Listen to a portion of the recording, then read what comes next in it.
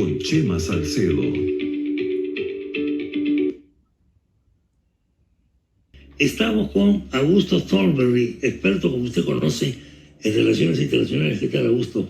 Buenos días. Muchas gracias por invitarme. Gracias por venir. ¿Qué comentario te suscita esto de los Vipers? Bueno, es efectivamente una maniobra espectacular, ¿no? En términos de inteligencia militar. Hay demasiados factores involucrados como para que podamos hacer un juicio rápido y concluyente. También muchos temas que ignoramos. Ignoramos, pues. Aquí parece ser, por lo menos alguna parte de la prensa, en particular de la prensa israelí, lo presenta más o menos como una reivindicación del servicio de inteligencia, ¿no? De la Mossad israelí, porque lo que ocurrió el 7 de octubre del año pasado fue considerado un gran fracaso de la inteligencia israelí. Vamos a ver si se compara, vamos a ver si esto anula... ¿Cómo funciona la opinión pública israelí? Pero lo que yo deduzco, lo que yo observo, que no se está mencionando, porque aquí se entusiasma uno mucho con el tema tecnológico, digamos. Es fascinante. Sí, y cinematográfico. Es realmente un tema que nos intriga, que nos sorprende, en fin. Pero lo que no están mencionando los comentaristas y la prensa es que a pesar de que la inteligencia, si esto es obra de la inteligencia israelí, a pesar de su altísimo nivel de eficiencia y de operatividad, a pesar de eso, no ha podido rescatar a los rehenes. Exactamente. Pero además, lo de los Vipers, que se me estoy pensando ahora, tiene víctimas colaterales, ¿no? Por supuesto. Que no tienen nada que ver, claro, aparentemente, con Hezbollah. El mercado, por ejemplo. Claro. Tiene dos, digamos, desventajas. Una es que ha habido muchos heridos, pero muy pocos muertos, por lo que quiere decir que la estructura militar puede ser que todavía continúe operativa. Y en segundo lugar, lo que dices, que estas personas que estaban próximas o que le habían dado el Viper al hijo, al primo, al nieto, y las víctimas colaterales Porque así... estaban rodeando un tipo con un Viper. Claro, porque todos los que están en proximidad... En una aglomeración de gente. Sí, pero además he leído que en algunos casos algunos de los dirigentes de Hezbollah le habían dado el Viper a su hijo, por ejemplo, ¿no? Okay.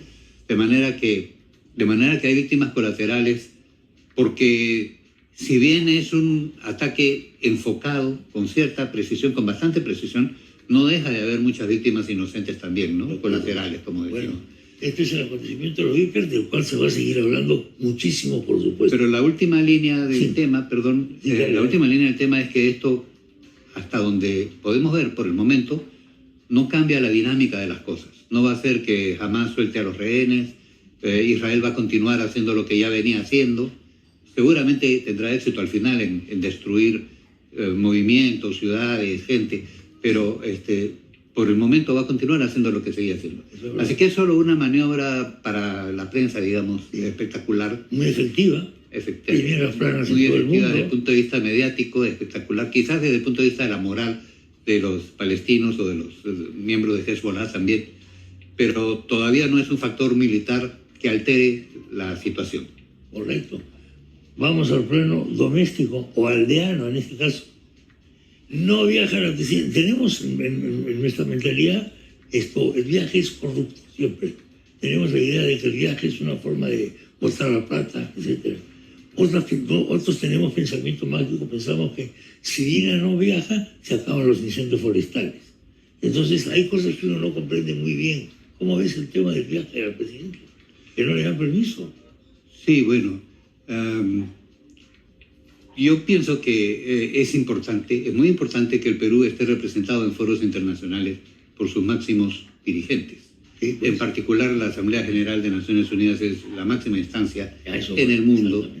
Cada presidente tiene 5, en nuestro caso, ¿no? Tiene 5 oportunidades en su mandato, o quizás en su vida, para ir a la Asamblea General, y no siempre puede aprovechar todos. Así que para mí que es muy importante que un presidente peruano acuda a la Asamblea General y nos represente bien. Sí. Ahora bien, ¿por qué vota el Congreso como ha votado? ¿Qué criterios predominan para tomar esa decisión? Bueno, yo no soy uno de los expertos en política interna. Tú no has votado en el Congreso, que suelen venir a este estudio. Creo sí que, por una parte, efectivamente, el hecho de que haya una crisis en el país, en este caso por los incendios, sí. y que el gobierno parezca indiferente, ¿no? Sí. Parezca absolutamente carente de empatía, de sensibilidad social, tanto en las declaraciones de la Presidenta como en las del primer ministro. Todo eso hace que sea muy fácil aprovechar esta imagen de que se va y deja los incendios, ¿no? Y nos deja abandonados. Eso es el argumento principal. Claro, es una fácil oportunidad de explotar un lema de marketing político, digamos, ¿no? Porque efectivamente, como tú has dicho, que la Presidenta se quede no nos va a librar mañana ni la próxima semana de los incendios, y tampoco el hecho de que fuera a la Asamblea General tampoco va a cambiar mucho la imagen que el Perú tiene en el mundo, aunque sí hubiera podido quizás traer algunos tipos de asociación o de proyectos que podrían interesar al país. No sé si a la Presidenta, pero por lo menos sí al país y para el mediano y largo plazo, de manera que eso podría haber involucrado futuros gobiernos. Y eso debería interesar a todos los partidos que tengan una visión del futuro. Exactamente. ¿No? Y que vean fuera de las fronteras. Nuestro futuro es el fin de semana. Claro. Sí, desgraciadamente a largo plazo es el fin de mes. Tenemos una vista muy corta. Muy corta. Tanto en el horizonte temporal como en lo que se refiere a las materias que nos preocupan, ¿no? A los temas. Y no vemos el contexto. Exactamente. Estamos en un contexto global, nos guste o no. El tema como la sequía que ha propiciado tanto los incendios, que los ha hecho tan graves este año, más que los años anteriores. La sequía es producto del cambio climático. Hay un cambio climático, hay un calentamiento global. Y el cambio climático no lo puede cambiar el Congreso por una ley. No podemos negarlo. Tiene que ser un proceso mundial y de largo plazo. Claro. Y esa visión hace absolutamente falta. Hay gente que te dice es un invento ideológico, te dicen. Eso no es invento ideológico, hay muchos científicos que hablan de esto, o sea. Por supuesto, hay un panel de alto nivel de todos los países. No puedo pedirle que ha hecho estudios muy contundentes y basados en hechos científicos. El incendio lo ha causado alguien, pero ha colaborado con el incendio el calentamiento global, la sequedad, etcétera. Claro, porque tenemos los récords de calor que hay, tenemos la sequía que hay en Loreto, una serie de factores que se van sumando, van haciendo que estos fenómenos que siempre han ocurrido, pero cada vez sean más graves, cada vez tengan consecuencias más drásticas, ¿no? Augusto, ¿puedes hacer una pequeña pausa, por favor? Sí, por supuesto. Continúen y volvemos a seguir conversando. Ustedes saben cuáles son los mejores alfajores del Perú. Sírvete, por favor, un alfajor. Un alfajor de fruta. Ustedes saben cuáles son los mejores alfajores del Perú. Continuamos con Augusto Thornberry. Ha pasado revista en la primera parte de la entrevista. Primero, la noticia que nos traía Bruno Ayala desde Israel, el famoso tema de los beepers. ¿Qué implica esto? De alguna manera es una compensación del Mossad para decir que son muy buenos, a pesar de que se les escapó el tema de Gaza, el tema de los atentados, el tema de los secuestros. Ese era uno de los temas. El otro tema es la ausencia del Perú, es decir, de la jefa de Estado del Perú en la Asamblea de las Naciones Unidas. Está por realizarse dentro de unos días, porque es muy importante para un jefe de Estado, para un país, tener esa presencia donde se están discutiendo temas globales, entre otros el cambio climático. Hemos cambiado nuestra posición sobre Venezuela, es decir, hay unas declaraciones que da el canciller que reemplaza a Javier González Orechea, que un sector de la prensa por lo menos interpretó como una especie ya de retroceso frente al tema venezolano. ¿Es cierto eso o no es cierto eso? Bueno, ¿cómo lo ves? Yo tengo que creer a nuestras autoridades, al canciller en particular, cuando nos dicen que no hay ningún cambio. De hecho, yo no veo que haya habido un cambio. Ha habido un cambio en el estilo personal, sí. Okay. Son dos estilos completamente distintos a nivel de personalidad. Okay. Pero claro, la política exterior y la política del Estado no se define solamente o no se define a partir de la personalidad. En la materia de fondo, me parece que no hay ningún cambio. Seguimos condenando la dictadura de Maduro, seguimos apoyando un proceso democrático. No sé si no hemos reconocido directamente a Eduardo González como presidente electo porque el gobierno piensa que todavía no está concluido el proceso, digamos, y además porque el actual presidente, nos guste o no, tiene un mandato hasta diciembre. Exactamente. Tal vez a eso se refieren, veremos a partir de ahí, pero lo que sí está claro es que no reconocen una victoria de Maduro en estas elecciones. Sí, está claro. Y hay varias cosas sobre Venezuela. Uno, bueno, Maduro se va al exilio en España, pero hoy día la prensa española detalla lo siguiente, que en la Embajada de España en Caracas asistió nada menos que 2 personajes del gobierno muy importantes para de alguna manera presionar a González para que se mande al exilio, para que se vaya al exilio. Y me parece que el diario ABC, que es un diario de oposición al gobierno de Sánchez, ¿no?, dice que esto es una coacción inaceptable, que lo obligaron prácticamente a González, con la anuencia de España en este caso, porque fue en sede diplomática, a largarse de Venezuela al país. ¿Eso te parece verosímil? ¿Eso puede traer alguna consecuencia? no mucho. No mucho. No mucho. Sí pienso que el candidato, el mismo, o el presidente electo, si lo vemos así, se puede sentir en peligro y puede buscar asilo en algún país que esté dispuesto a dárselo. Es posible que haya hecho conversaciones con varios y realmente es posible que haya tenido la anuencia de las autoridades españolas antes de ir al local de la embajada. Antes de ir al local de la embajada. Claro. Porque dijeron que estuvo en la embajada de Países Bajos antes. Es posible, ¿no? Eso se ha dicho como información. Sí, no tenemos una confirmación. No hay una confirmación. Pero es razonable que, como digo, él explore o consulte con varias embajadas. Ahora que si lo están siguiendo y están viendo que va a embajadas, yo me imagino que en algún momento se arriesga a que lo intercepten, ¿no? Absolutamente. Así que no suena muy razonable. Pero no es imposible, ni legal ni posible, todo eso puede ocurrir. Sin embargo, el procedimiento ordinario es que si uno va a pedir asilo a un país, previamente hace la consulta, ¿no? Porque el embajador de ese país tampoco él puede decidir per se. Él también tiene que consultar a su gobierno previamente. Claro. Así que cuando los hechos se consuman, quiere decir que ya todo está conversado. Está conversado previamente. Sí. Podría darse el caso, no sé el detalle del caso de Alan yendo a la embajada de Uruguay. No conozco esta parte, no sé si eso se conoce. Podría darse el caso de que el embajador te diga una cosa, tú te vayas a la embajada, pero después haga la consulta el embajador, después de haber hablado contigo, sería irregular. Bueno, puede ocurrir si el personaje que busca el asilo, si el asilado, el potencial asilado, digamos, se siente muy en peligro, puede ser que se meta directamente a un local de una embajada. Y el embajador no lo va a poner en la calle.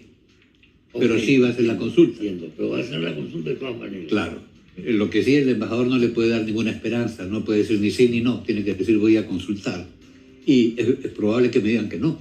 Y si me dicen que no, tienes que partir sin chistar, ¿no? Sin ninguna recriminación, sin ningún resentimiento. ¿Eso pesa a un gobierno para darle la luz verde o no a un aspirante en una embajada?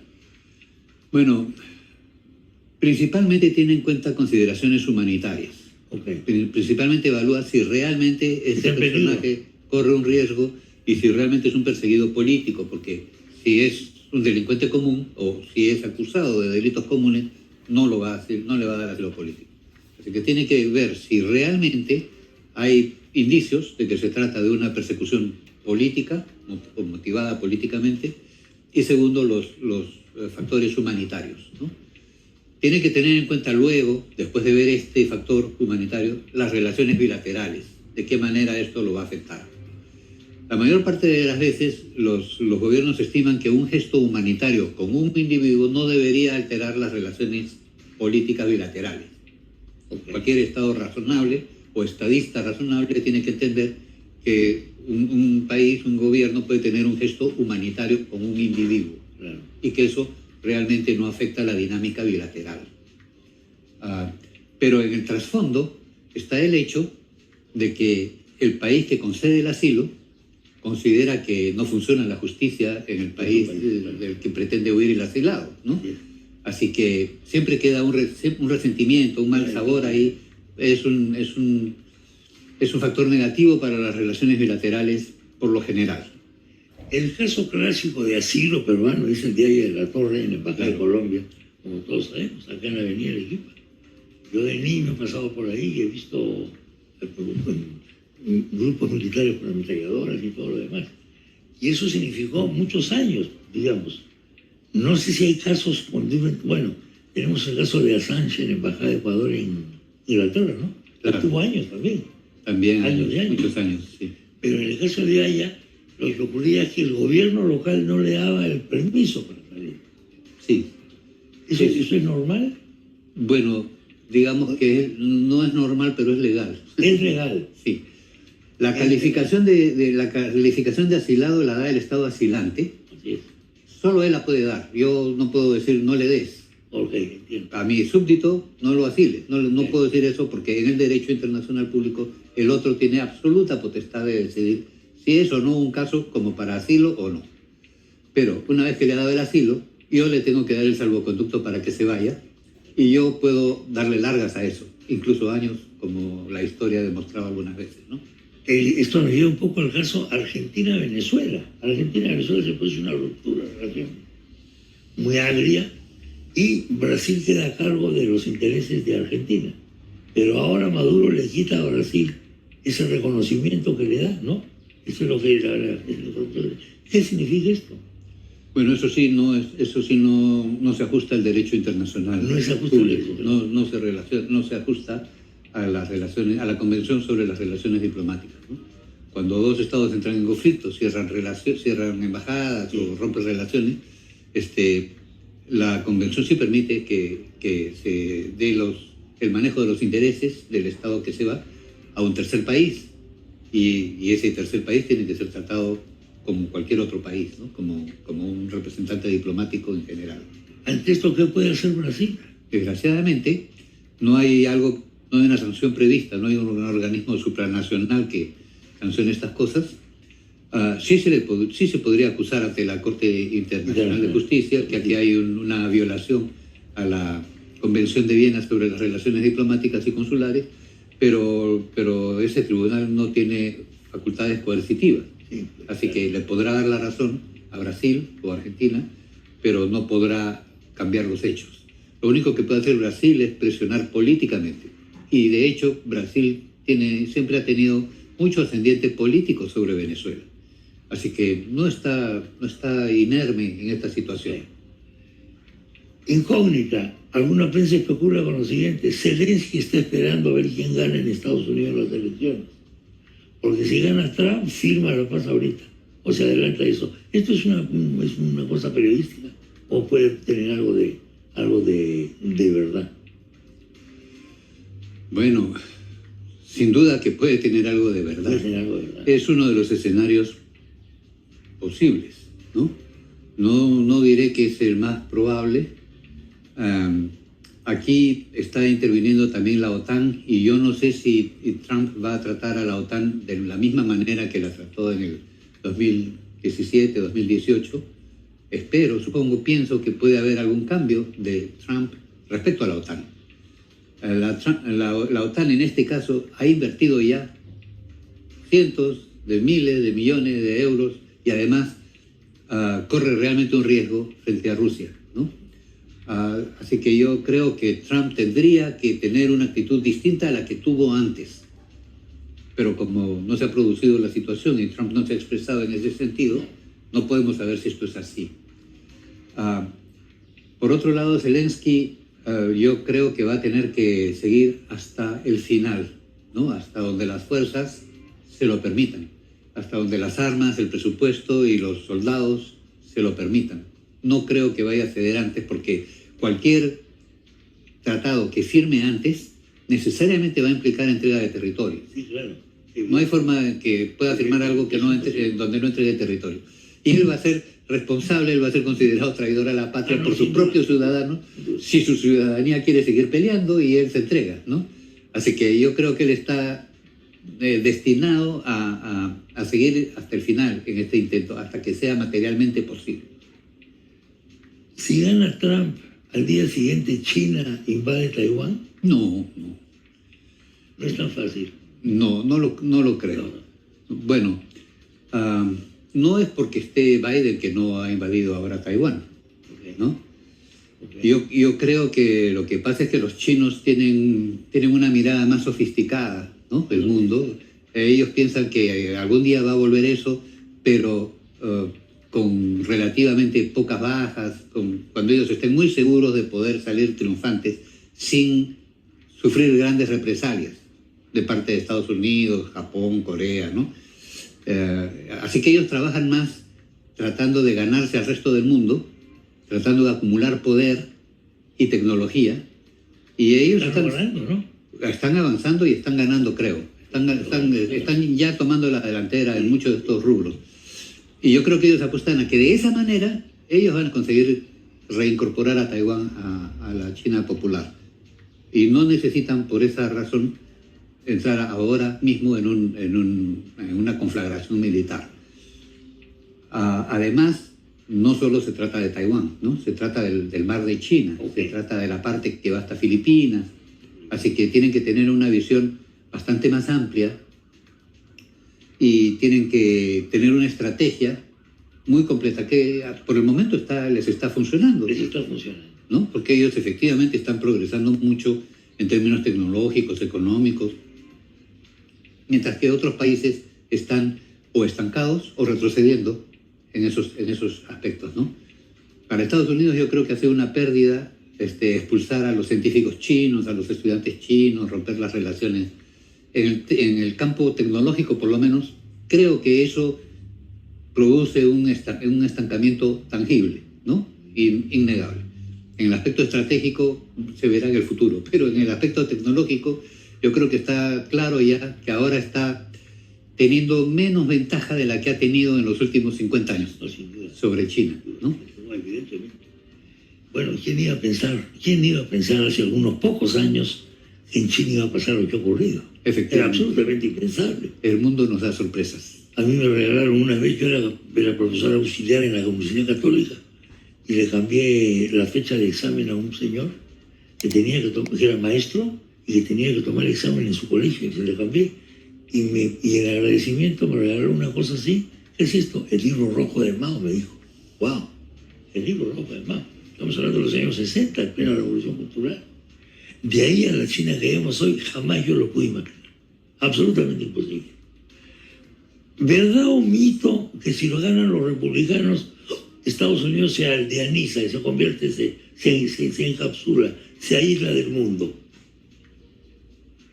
Bueno, algunos de los discursos de Donald Trump y también de las acciones que tomó en su anterior gobierno han tendido primero a imponer nuevas restricciones al comercio, a restaurar, digamos, el proteccionismo y a negar el rol que tiene Estados Unidos como potencia mundial, ¿no? El rol tan influyente para bien y para mal que tiene Estados Unidos en la escena mundial. No hemos oído que eso haya cambiado. Y además, paralelamente, al margen de los republicanos, o en parte gracias a ellos también, pero no necesariamente es un fenómeno republicano, hay un movimiento en el mundo antiglobalista, un movimiento contra lo que ellos llaman la globalización, que plantea muchísimas mentiras. Por ejemplo, respecto a la Agenda 2030, ahora que hablamos de la Asamblea General y de Naciones Unidas, ¿no? Los Objetivos de Desarrollo Sostenible y todo eso, según estas personas, han sido inventados por unos cuantos... Una conspiración. Sí, por unas 3 o 4 personas que quieren dominar el mundo, etcétera, ¿no? Bueno, eso siempre vende, en toda la historia de la humanidad. Pero ahora hay partidos políticos, líderes políticos que salen a la palestra a reclamar eso y gente que vota por ellos. Antes eran considerados un fenómeno exótico, excéntrico, pero ahora tienen un peso político que en algún momento puede imponerse. Felizmente todavía no, pero con la pandemia y con todos los fenómenos que ha habido, parte de los procesos globales o de internacionalización han sufrido mucho, algunos están en franco retroceso, otros han continuado porque es la ley casi de la historia, ¿no? Ya están en marcha y tienen una inercia muy fuerte en términos económicos, sociológicos, políticos. Es muy difícil interrumpirlos y retroceder. Pero ya no son tantos como antes, ya no se avisora un futuro tan bueno para lo que se llama la gobernanza mundial. La Asamblea General de Naciones Unidas este año trata justamente, según las palabras del secretario general de las Naciones Unidas, trata de restaurar el multilateralismo y de reforzarlo. Así que hay una lucha que emprender ahí, no hay simplemente que ignorarlo. Ojo, Alternativa por Alemania tiene una votación importante hoy día y se juntan la extrema derecha y la extrema izquierda. Ambos son antiglobalistas. Y eso ocurre en Alemania Oriental, sobre todo, ¿no? Bueno, otro día vamos a conversar esto. Ok, Es muy con mucho importante. Augusto, gracias por la visita. Gracias por la invitación. Augusto Thornberg estuvo con nosotros, señoras y señores. Con Chema Salcedo.